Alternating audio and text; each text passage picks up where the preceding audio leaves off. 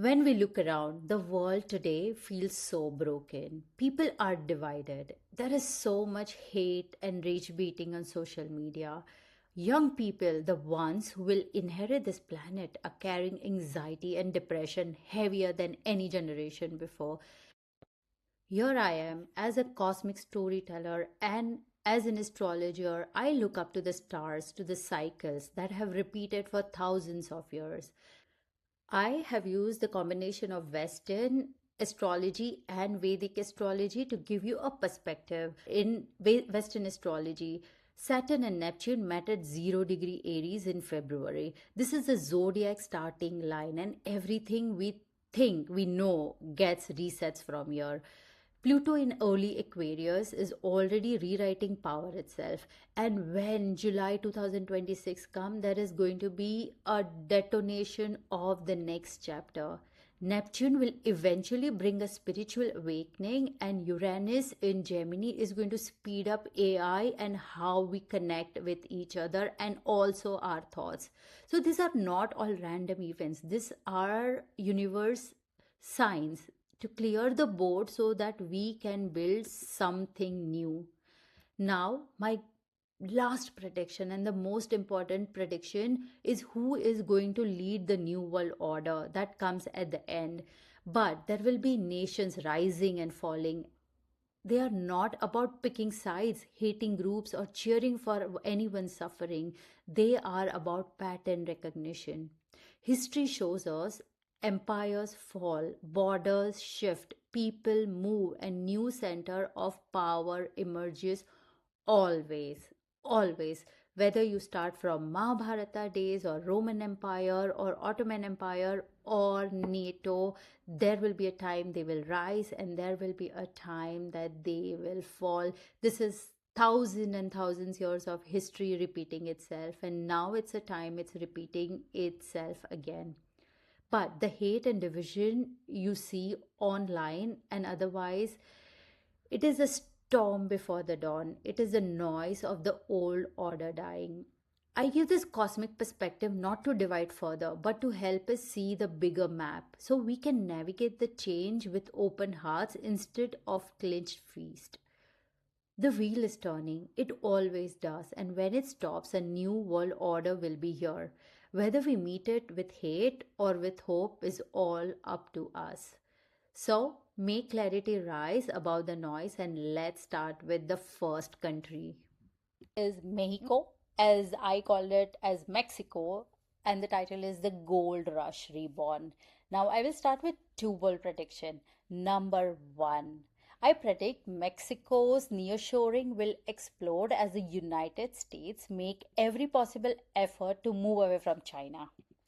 Number two, I predict real estate in Mexico, both residential and holiday homes, will surge like Mexico has never seen before. But also, the industrial demand of land will be pushed to 20 to 35%. Mexico is kind of going to become a gold mine in the North American country. The reason, very simple, America is trying to move away from China. Now, either this is a slow drift or a full scale exodus, time will tell, but the near shoring incentive bill will just be the starting points. China's assembly line will relocate, and to relocate, they need somewhere where it is labor intensive, right? US doesn't have enough labor intensive states. So the capital will rush to places like Monterrey, Tijuana, Querétaro, or Guadalajara. This won't be just like industrial parks anymore. They will become the full ecosystems. Logistics hub, data center, residential zones, tech corridors. I see lots of this happening in Mexico, under this drug cartel raids and everything that's happening, there will be an undisputed push for Mexico to become the backbone of North America. Now, why is this? Why suddenly Mexico? Because US needs this under the America First doctrine, true manufacturing resurgence requires human power at scale and quickly. Factories don't run on robots alone. Mexico supplies the power, skilled labors, proximity, a demographic dividend that US no longer has.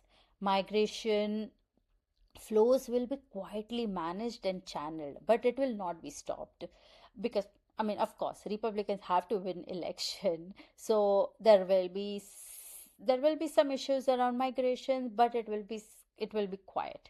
By 2030, I think Mexico will quietly be indispensable. Now the border stops being a wall; it becomes a bridge. This may look like a very for me to be positive, but I think Mexico will be a partner to US. Unlike all the hate they get, they will be the partner to the US. Now the second prediction, the real estate in Mexico, as I said, like, this is not a hype, clearly not a hype, this is just maths. Industrial demand is already pushing land prices up by 20-35% in the key zone in Mexico, their prices, especially the holiday homes around coastal areas like Puerto Vallarta, Los Cabos, Riviera, Maya. They are all going to skyrocket as remote workers and retirees from the US and Canada pours in. Most likely 25 to 45% annualized appreciation in prime corridors. Now, this second prediction is clearly from the report and what I see.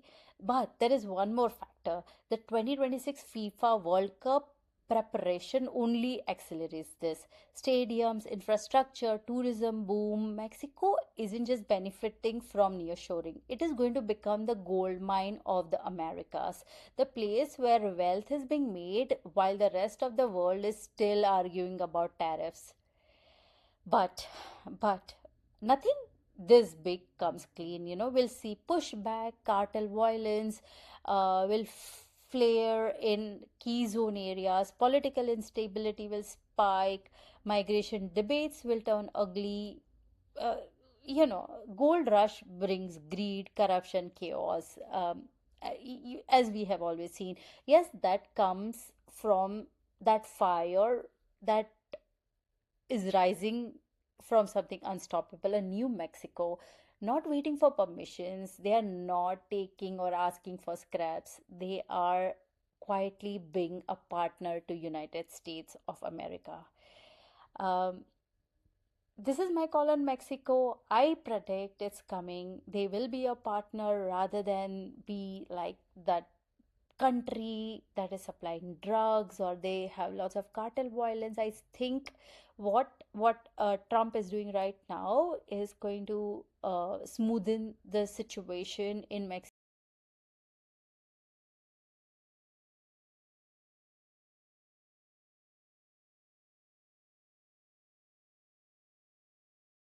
All right, now let's start with other South American countries, Peru, Colombia, and Chile.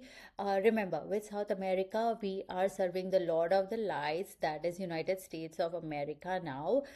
China will systematically be out of the whole system by 2026 end or by 2027. Um, Bold predictions on Peru. Number one, Peru will be number one copper producer worldwide by 2030. For Colombia, Colombia will be in the top 10 nickel producer in coming years. Chile, bold prediction for Chile, and it's not very nice. There will be lots of water stress in Chile, regulations, regulatory issues, copper output will plateau. Just Chile is one South American country that I don't see a very positive output. But apart from that, every country will produce something that world and United States can use. Now let's talk about Cuba. Cuba's communist system has been existing for 66 years. Starting with the bold prediction, Cuba will collapse and transition to a post-revolutionary model by 27-28, and I think most likely in 2027. The next on the list, I think for Trump is Cuba after Venezuela. Iran is going to be this communist country. Now, how does this change happen? How does the regime change happen in Cuba? Will it be same like Iran? No, not at all. It will not be anywhere nearer to what Iran is going through. But the final handover will happen not because the regime suddenly will see the light and realize, oh, communism system doesn't work in any country, let's go back to some other form of democracy. No, this is not what is going to happen. But slowly the Cuban government will run out of the runway. How would this happen? First, there will be a big food shortages. There will be blackouts that will be lasting weeks. There will be no internet. Youth are already leaving Cuba, right? They even if they are working in US, there are lots of remittances that used to come in. The remittances will slow down. There is no way this government will exist any other way. The old guard, like the last Castro era figures, military hardliners, party loyalists, all will be sidelined or forced aside simultaneously. The new leadership that we will see in Cuba will be pragmatic. They will sign the openings of Cuba market. Western investment will flood in, tourism will boom, and ports will be modernized. Biotech and pharma deals will explode. So here are my prediction. Cuba becomes the Caribbean's next hybrid model. Medicine, tourism, logistics, remote work zone. The revolution isn't reformed, it's archived for Cuba. This is not speculation, right? Like it looks like I'm just been over optimistic, but no, this is not a speculation. This is the trajectory. The island that became a symbol of defiance is about to become a symbol of adaptation. So here is my call on Cuba. I really hope this Caribbean wakes up for good. And I'm looking, there will be, it's not like Cuba will just be out of all the problems. There will be still problems in the background, but positively by 2028 will be completely controlled or will be operated by big American companies. All right, so let's start with Iran next. Iran is just a fairy tale of freedom. Coming years, Iranian people will come out stronger out of all what is happening. I really wish they do. So, starting with two bold prediction, Iran will become the first Islamic republic to officially abandon Shia theocracy as its governing ideology. First Islamic Republic to get rid of its value and go back to its root. Second bold call, Iran signs a limited nuclear deal freeze with US and will become a partner not to the US directly but to the Middle East. So, two bold predictions, starting with Iranian people. Like if you are in US like me and have got chance to work with Iranian people, you know how pragmatic they are, how straight they are, how amazing they are, and I just love working with them. And I'm from Bombay, and as our roots go back, even we have Parsis who are Iranian immigrants in India, and you know how contributing to the economy they don't ask. They are minority in India, but they don't even ask for any minority rights. How amazing Parsis are. So just all the love and all the strength to Iranian people. I think in next few years they will go back to their roots of Zoroastrianism or Christianity, which will come back to Iran very very soon, and the Islamic Republic is going to die. um, uh, Again, this won't be a liberal democracy overnight, but a nationalist pivot that will happen in a little time. Of course, new leader Pahlavi kind of is making noise, but I think mm, it may take a little bit more time. Okay, uranium, they will have to stop enriching uranium for its own use, but of course, serving the Lord of the Light, you will have to. It's goes without saying. So all the very very best to Iranian people. This isn't fairy tale of freedom. This is a cold reality of power realignment that's happening. Islamic Republic doesn't survive the decade, it will not survive decade, but it will be replaced by more nationalist, very Persian and fully contained world order. So, having said that, Khamenei never represented real Iranians. Who represents real Iranians is Max Amini, like one of our favorite comedians, so positive on the world stage, representing and showing how Iranian people think, how they are. Uh, so again, all the very best to Iran. All right, let's start with Brazil. So, two quick bold prediction about Brazil. Number one, Brazil's president will be coerced into resignation by 26 or 27. Number two, Brazil will become the top exporter of soybean critical mineral to the US companies. Right. So if you know in Game of Thrones, there is Lord of the Light, and everybody worships the Lord of the Light. For South America, the Lord is the United States. They all have to worship or all have to pay their share or to the United States. And what is Brazil going to give back in return? Uh, Brazil is going to double down on agribusiness and mining. Brazil will emerge as a southern hemisphere resource powerhouse. It will be feeding US food and battery chains while stabilizing politically under a new pragmatic leader. I predict Lulu or his successor is forced out under a storm of corruption probes, congressional non confidence, mass protest, elite military signaling. Anything can happen. This is how the landscape in Brazil looks like. The trigger will be economic stagnation. Amazon policy backfires and Bolsonaro style forces don't return directly, but their agenda does. Brazil tilts back towards US alignment. Soy, beef, critical minerals will flow north. All right, so let's start with Turkey next. Turkey, the fall of the Sultan. Um, I will start with two bold prediction. Number one, Turkey will be out of NATO in the first quarter of 2027. And second, Erdogan's iron grip fractures beyond repair. This is how it will play out. Turkey will be forced out of NATO, but it won't be a gentle exit, like not a handshake, but it will be a very hard, humiliating suspension that will leave the alliance bleeding. Now, what is the story behind it? How does it start? Now, I see Cyprus will become the spark. Britain will reactivate its bases. There are launch pads which they will have to provide for allied responses, and Turkey will refuse to back down.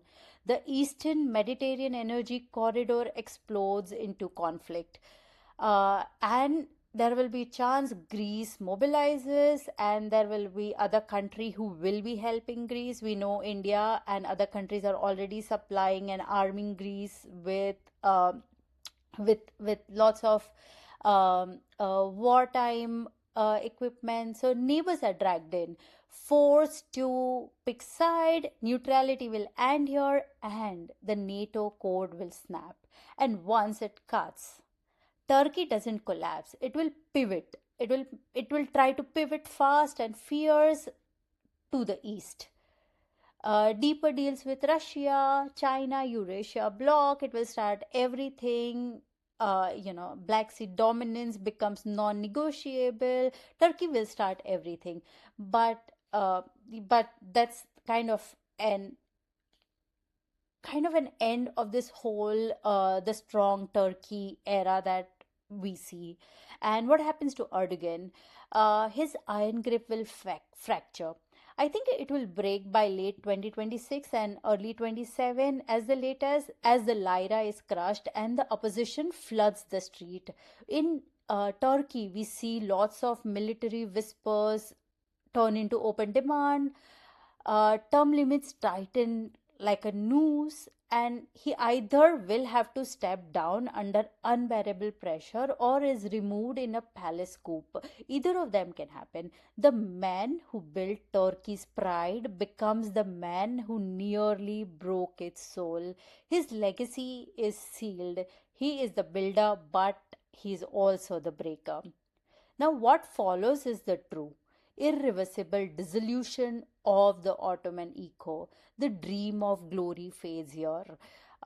The empire he imagined dies in slow motion, and there will be riots on the street of Turkey. All the religious tensions will boil over. The younger generation in it looks like the younger generation will rise. They will not blindly follow loyalty, but with hunger for something new. Turkey isn't reaching to history anymore. It's being forced to write a new chapter with the young Turkish people coming on the road and fighting, just like the revolution is going to happen in Iran. It looks like the Turkey may see something similar. Like the old order is finished. What replaces it is faster, more volatile, far more dangerous, and it starts sooner than most people will think. This is my call on Turkey. I think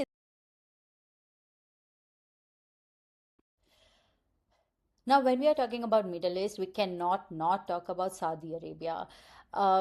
Saudi Arabia, the title is the new AI throne. My bold call here is Saudi Arabia will become the world's first true AI capital by 2030, and Dubai's golden bling will look like a relic of the last decade. Noem isn't just a city, it is going to be an intelligence organism. Every street, every building, every decision will be governed by embedded AI. Zero carbon hydrogen powering escalate data centers. Models that are trained on regional source, uh, public investment funds that will drop hundreds of billions into chip, quantum, frontier tech. Riyadh will outpatent, outfund, or outsummit Dubai and Singapore combined. So, very, very bold prediction. But who's going to help Saudi Arabia? Saudi Arabia doesn't have what it needs to become, or is the vision that I envision. It is going to be India and US working together to build Saudi Arabia. India will get the human capital, and US will get the AI and intelligence that it needs, and combined this, they are going to make Saudi Arabia beautiful. But in return, of course, there is a parallel with one of the good city in Gujarat in India, that Saudi Arabia and Gujarat will work together. I think the Dholera is one of the place in Gujarat where we would see um, uh, uh, uh, the back end behind the city. Again, this is my vision. It's it's it's my vision, right? Dubai for many many years sold luxury, but Saudi is now going to sell the future. With Dubai, I don't have a very very clear view of what's going to happen, so I'm going to piggyback on one of the best Vedic astrologer out there. That her name is Astro Sharmista. Do go check her out. Her predictions are pretty bang on when it comes to mundane astrology. Amazing astrologer. Now she thinks Dubai's market, Dubai's real estate may not be as strong in coming years, and I think this ties into the conversation that I am having, or the prediction about Saudi Arabia, that the fund may move out of Dubai very soon to Saudi Arabia, because this is where the real future is. So this kingdom is not waiting for tomorrow; it is already building it, and the rest of the Gulf will fade beyond what they will see in Saudi in some years. So this now, what I see as a vision for 2030-35 is a Saudi launches some kind of a green energy fund which scales faster than we thought or we expect. Saudi exports gigawatt scale green hydrogen to Europe, Japan, South Korea, India. Oil reserves are recycled into a largest AI and green tech war chest on earth. Petrodollar or petrostate does not die, it will mutate into green energy, solar energy, hydrogen based, and intelligent superpower. So, these are all quite possible, likely scenarios that can happen. And second thing is maybe Saudi. will step into a mediator role across Yemen, Syria, Lebanon, and Sudan. These are highly, highly volatile countries with either locked in some kind of war, and Riyadh will broker the deal that locks in Gulf dominance while giving the appearance of multilateralism, classic forum style soft power play. But these are, again, the second prediction is quite what I'm imagining. I'm not very sure, but I'm very sure that Saudi's AI city dream is going to come true in next few years. All right, so let's talk about Europe next. There is nothing in my predictions that you don't know already. Very bold prediction. I see France as the epicenter of mass migration chaos by 2028. Second, there is no Rishi Sunak doesn't come back to UK as a leader, but Boris Johnson may make a surprise comeback. So, having said that, there is nothing in Europe that gives you like stability. Lots of migration crisis, far right surges, budget crisis is going to lead to a full government collapse with snap elections in France for sure. Um, this triggers a cascade like an assassination of a high profile leader. I see definitely president or interior minister in 27, 28, most likely tied to extremism, igniting riots, martial law across major cities. The EU's liberal heart is going to shatter very, very bad with the biggest heart attack it could ever have. This is going to pave the way for two-tier union by 2030-32. A core bloc where Germany, France, Benelux, Nordics, they kind of share similar ideologies, and then on the other side periphery would be Eastern Europe, Italy, Spain, Greece. So we'll see these two blocks. Uh, uh, Lots of loose trade zones without full rights. EU is not going to be what it is right now. Even it will have an existential crisis. Europe becomes a gated fortress. Mass internal migration from edge to center creates parallel societies while external borders are militarized with AI driven tracking. Yes, digital ID is going to become a reality in Europe, and this also will trigger some kind of revolution, uneasy homeland situations in part of Europe. Especially look out for UK. It's just insane. I mean, yes, I see lots of astrologers saying that get your fund out of UK, get your fund out of European countries or US, but I think UK is kind of um, going to get a good beating, if I may say. Um, Starting with Pakistan and Afghanistan, if you're following me, I have said multiple times before, both the countries are going through a severe fragmentation. Both countries will cease to exist as a unified states by 2032. Starting with Pakistan, 2026-27 is a severe economic collapse. There will be political breakdown, full army control by August 2026.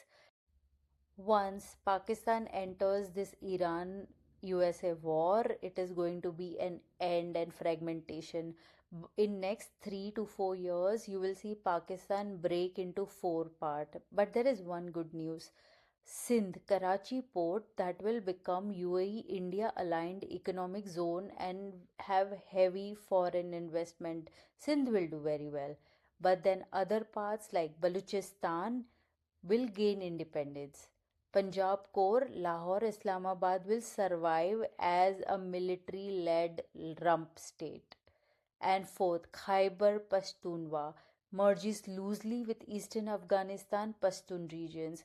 So for Pakistan, nuclear arsenal secured via US India China agreement to prevent loose weapons, and there will be an Imran Khan style political Islamist rise briefly, then fade.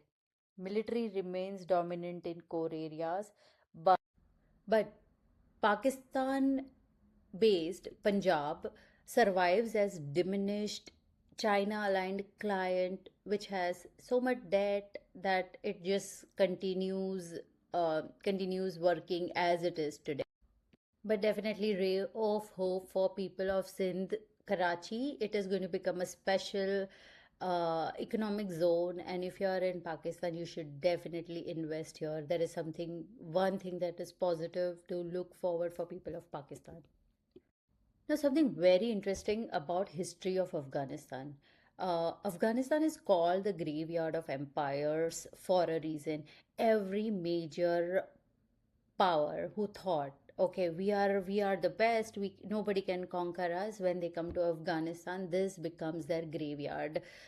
History has shown Mongol Empire, Durrani, British Empire, or Soviet Union, or even US and NATO, which has the strongest military in the world, were not able to fully defeat Taliban. They come here, temporarily occupy it, but then use it as a battlefield, but can never conquer it. So I think Afghanistan is kind of headed for a bigger upheaval. And if you follow me, I have said this before as well. Key prediction for Afghanistan: number one, Taliban rule will be fractured and fragmented by 2030 for sure. Prediction number two: Balochistan will align itself with India. India will gain a massive strategic depth in the Baloch corridor in the northern Afghanistan influence. And as I have said earlier as well, the whole purpose of all the war is oil, mineral wealth, and US's independence and dominance in it. And US will achieve, and Balochistan will be one of the part of it. So mineral wealth like lithium, rare earth will be part of Pax Silica, and China's dominance will be only in pockets. So, to summarize, both countries will cease to exist as a unified states by 2032.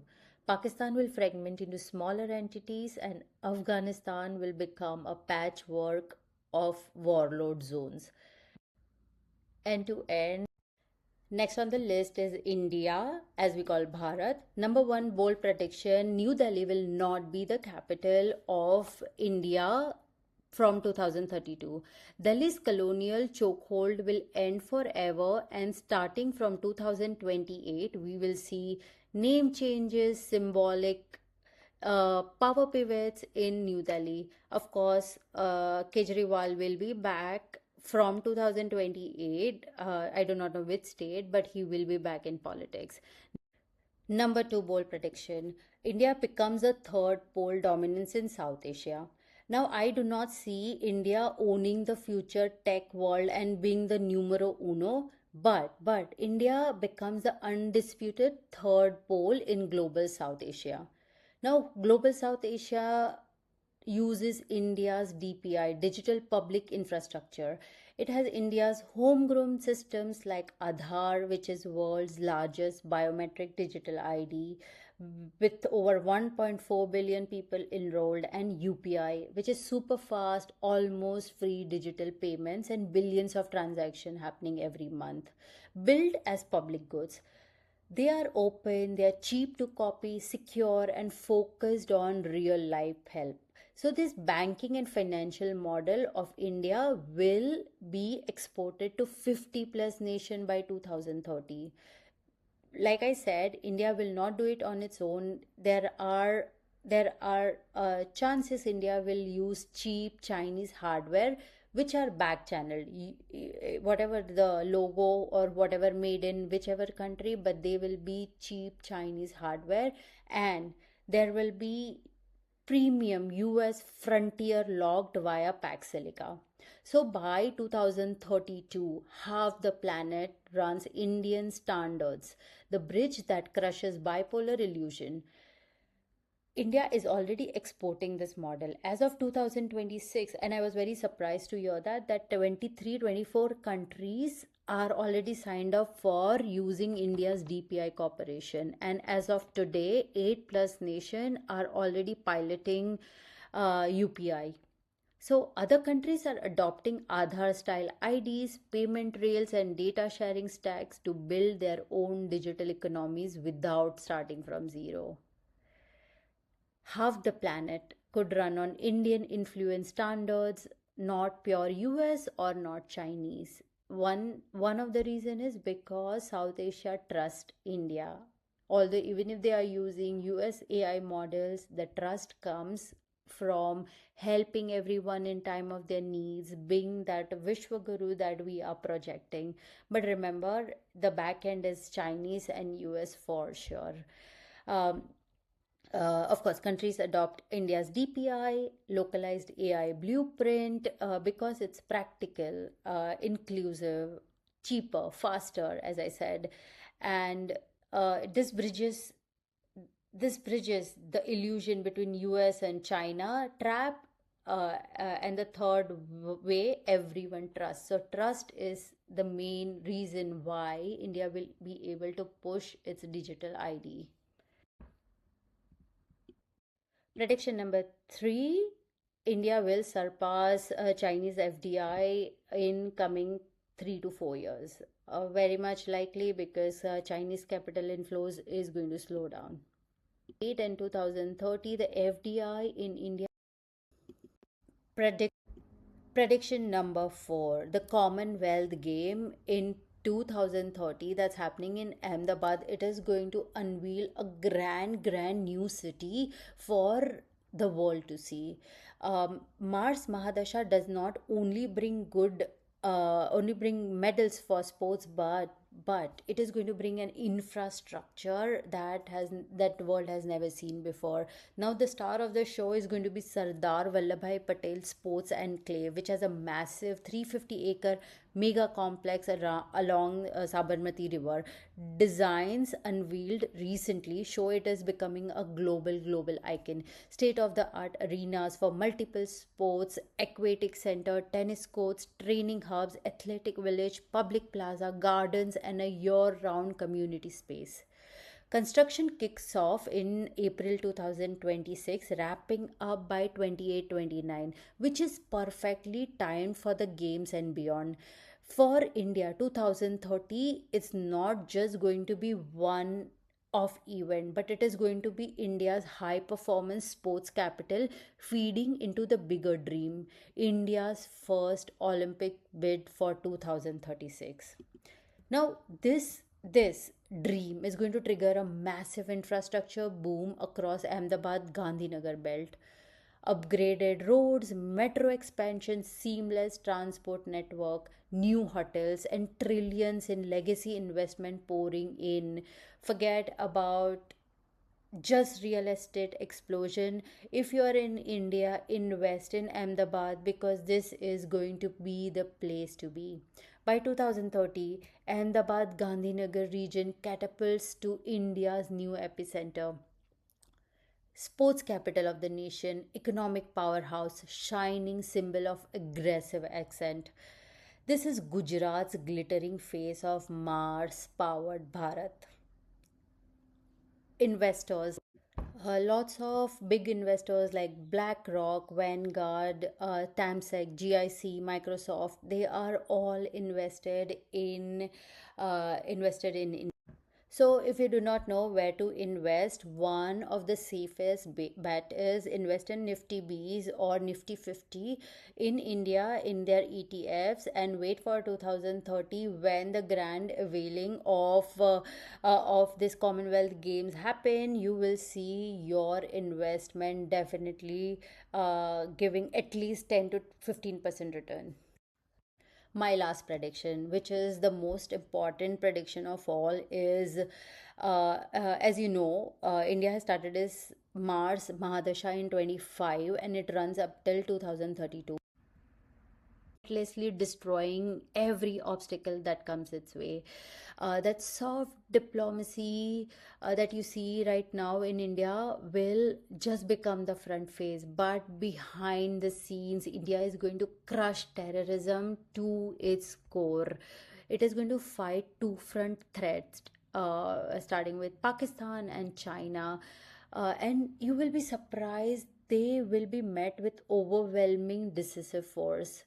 India will break anyone and any country in its path, and the vengeance will be served ice cold. This is what India is going to do till 2032. There will be no mercy for adversaries. If you are a friend of India, you will be treated and helped during your time of need. But if not, God bless them. Economic strangulation, global isolation, seismic cracks in any country that goes against India, they will be fragmented. India will not invade. One thing I can tell you, it will not invade, but it will be vengeant in this time. Ruthless, very, very ruthless.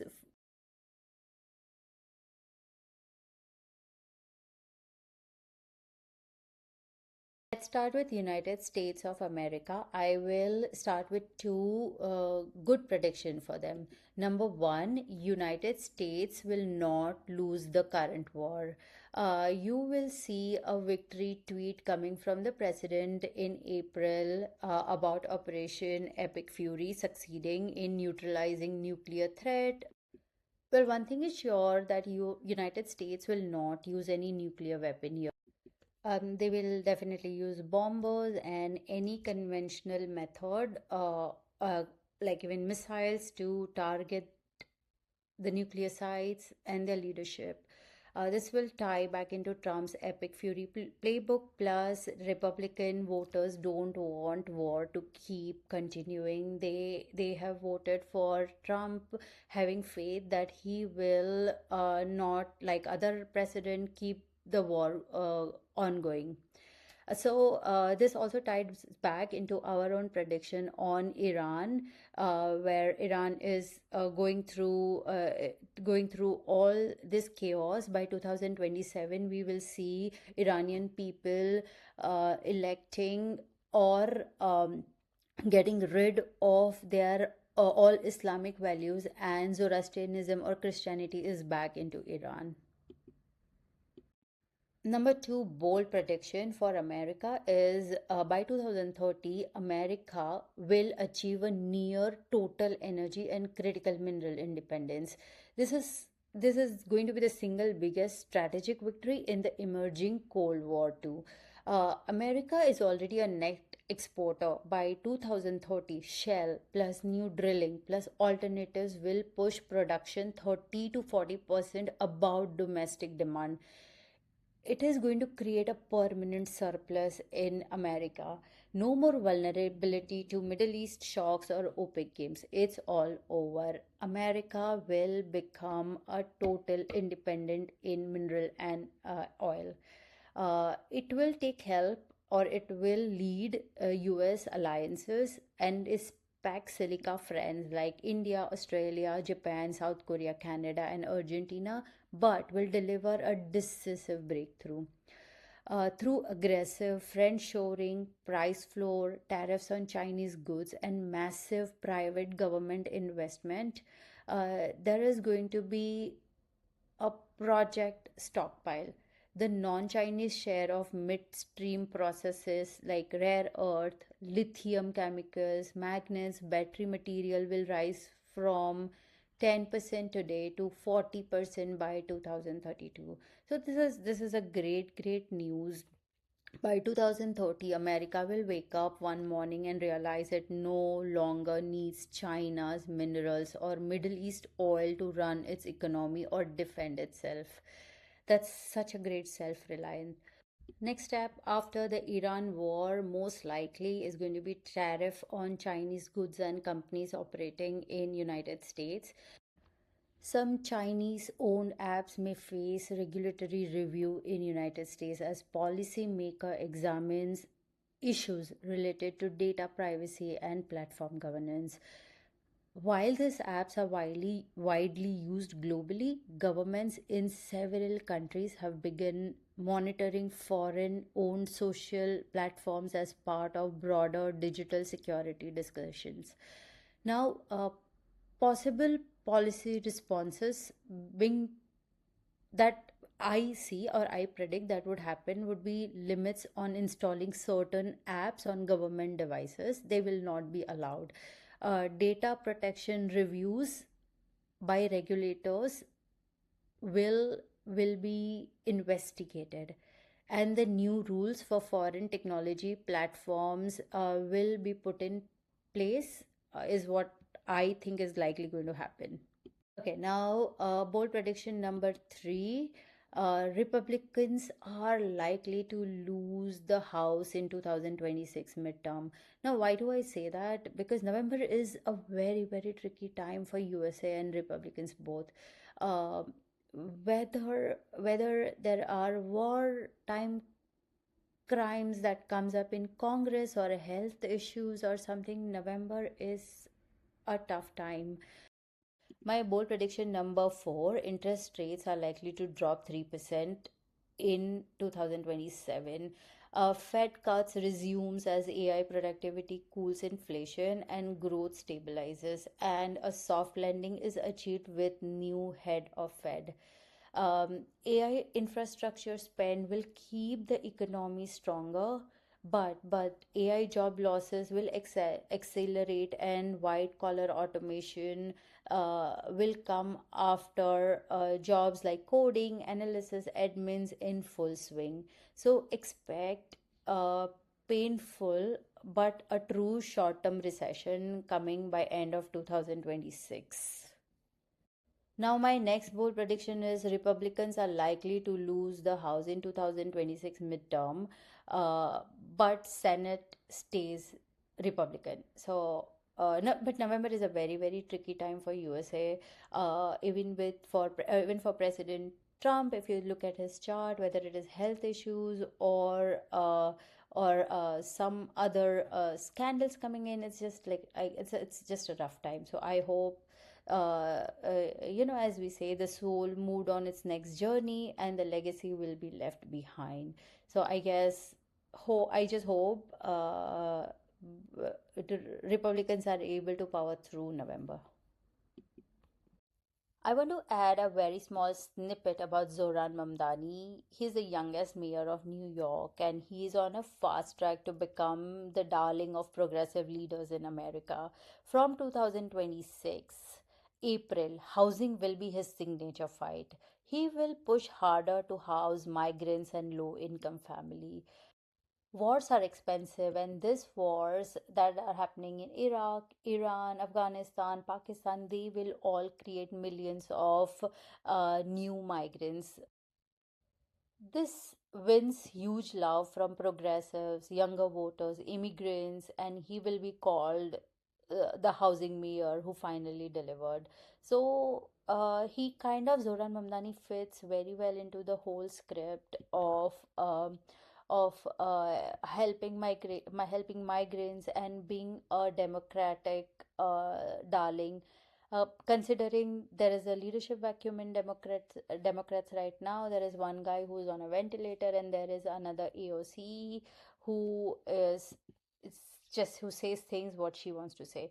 So between them, he Zoran Mamdani will kind of get more attention. But the sun is debilitated, and from April, his debilitated sun Antardasha starts, so there could be likely some hotel contract or some shelter related incident that will come up, and the critics are going to get on his case. But if he survives this, 2030 looks like a great period for him. But for now, he will be tested hard, very, very hard. Critics will constantly uh, monitor every of his move, and housing will make him loved and hated at the same time. All these scandals will scar him, but let's see how he comes out of it. So I can do a separate reading for Mamdani, but as of now, housing is going to be his battleground. Let's talk about the last country on the list that is going to lead the new world order. That is Greater Israel. Bold prediction number one for Israel, it is going to be homecoming. After 2032, Greater Israel will become real, a safe, expanded homeland stretching from secure borders to Euphrates River.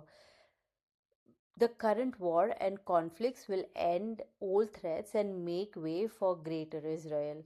The New World Order officially started at 0 degrees Aries, the very first degree of the zodiac, on February 20, 2026, when Saturn and Neptune meet there exactly. This is a cosmic reset button of the entire zodiac wheel we have been talking about since some time, a rare, powerful point that affects the whole world. It dissolves old illusion and forces bold new beginnings.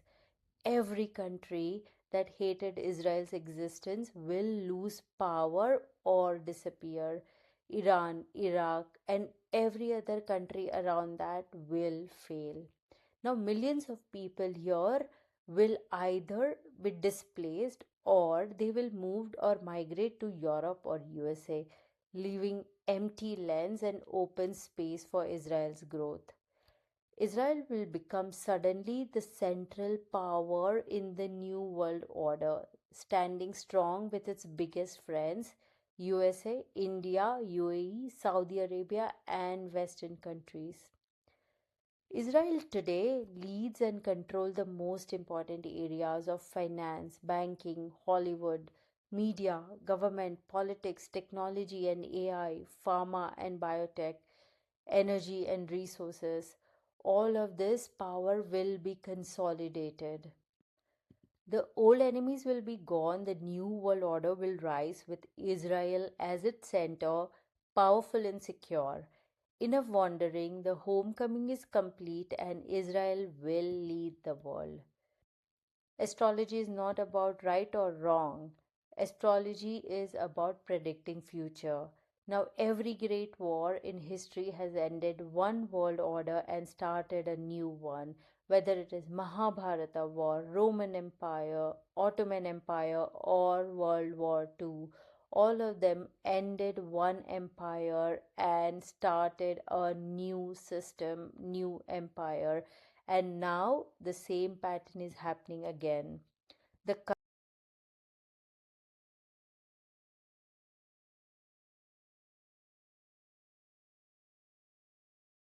My last section is dedicated to those who are interested in astrology and the planets and their transits. If you're following me on YouTube, I have been doing videos on New World Order since sometimes. Saturn and Neptune are conjunct at 0 degree Aries in February 2026. This 0 degree is the starting point of the zodiac. This is the starting point which unleashes the ultimate cosmic reset. Neptune's misty illusion and Saturn's unforgiving wall of reality is birthing this new world order from the rubble of outdated structures.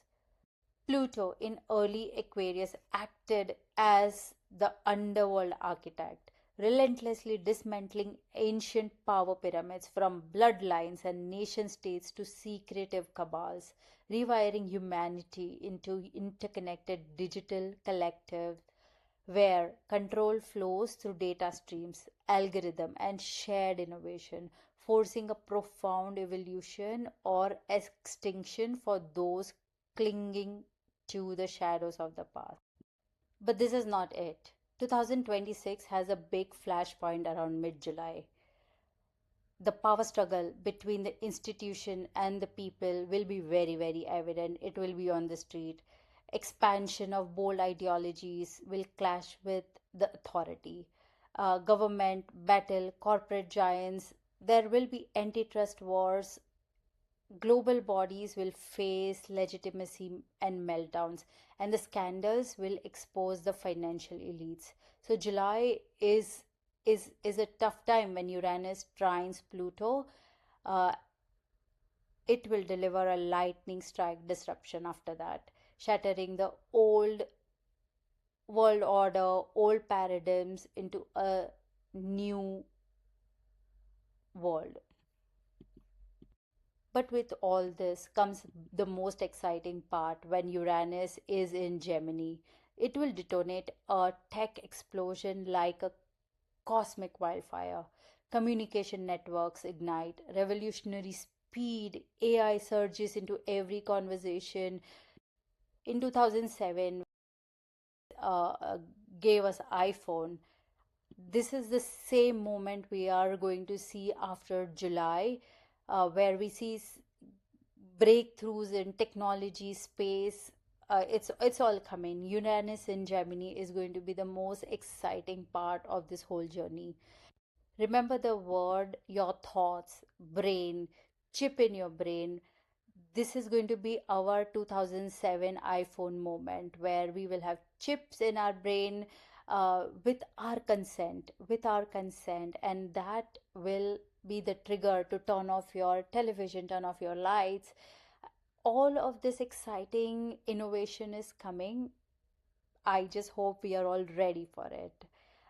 Now, at the end of this whole cycle in 2030-32, there is going to be Neptune that's going to bring a spirituality into our life. We are going to become a renaissance of empathy after all the war and chaos that we have seen. People will work together. A new world order will enlighten not only nations but also people on a spiritual level. To end, I will leave a note for all these astro curious students. Astrology is a layered pattern recognition. Start with the chart if you are interested, and all of these transits and stars affects the nation in some way or the other, whether it is Saturn giving us or teaching us lesson, or Pluto or Aquarius bringing technology, or Neptune bringing spirituality. Next 5 to 7 years are going to be disruption, communication, enlightenment, and spirituality all bundled up into one big gift for all of us. So, all the very best. Master this, and the stars will become your map. Keep practicing, and the truth is in the details. Thank you for joining me in this journey, and I will see you in the next video. Stay stellar till then.